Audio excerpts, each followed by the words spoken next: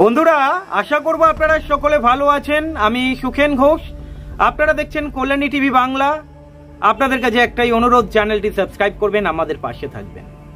আলোচনা করব বাঁকুড়া লোকসভা কেন্দ্র নিয়ে। অনেকেই আলোচনা করছে না, অনেকেই ভাবছে বামেরা মুচড়ে পড়েছে, ভেঙে গিয়েছে, এই লোকসভা কেন্দ্রে বামেরা তো হেরে যাবে। কিন্তু আপনারা জানেন না, বামেদের দুর্গ ছিল একটা সময়।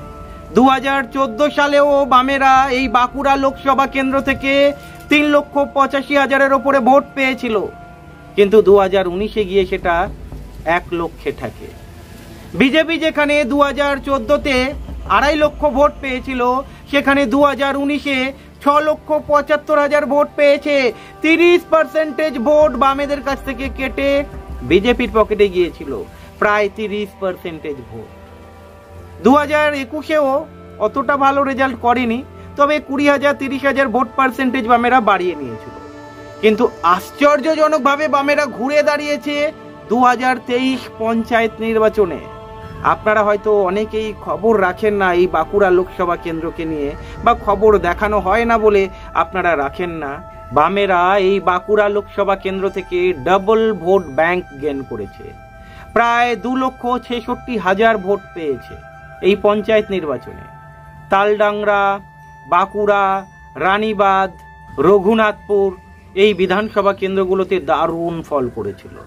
তাই বামেদের অতটা সহজভাবে নেবেন না। এবারে আপনারা জানেন, বামেদের তরফ থেকে প্রার্থী হয়েছেন নীলাঞ্জন দাশগুপ্ত, যথেষ্ট লড়াকু নেতা। আর বিজেপির তরফ থেকে প্রার্থী হয়েছেন সুভাষ সরকার, আর টিএমসির প্রার্থী হয়েছেন অরূপ চক্রবর্তী। লড়াই আপনারা দেখছেন হয়তো বিজেপি টিএমসির মধ্যে, তবে অনেকেই হয়তো বলছে বামেরা জামানত বাজেয়াপ্ত হবে, জামানত বাজেয়াপ্ত হবে। অতটা সোজা নয় যে বামেদেরকে জামানত বাজেয়াপ্ত করবে। বামেরা জামানত বাজেয়াপ্ত হবে না, পঞ্চায়েতে দারুণভাবে ঘুরে দাঁড়িয়েছে এবং মানুষ ভোট দেয়, মানুষ বিচার করবে। দেখুন, বিজেপি যেভাবে শিফট করেছিল, মানুষই শিফট করিয়েছিল, কিন্তু সেই মানুষরাই কিন্তু আবার ঘুরিয়ে দিতে পারে খেলা। সময় বলবে, আমি বলি বা আপনি বলুন, এই সমীক্ষা টমীক্ষা চালিয়ে কোনো লাভ নেই।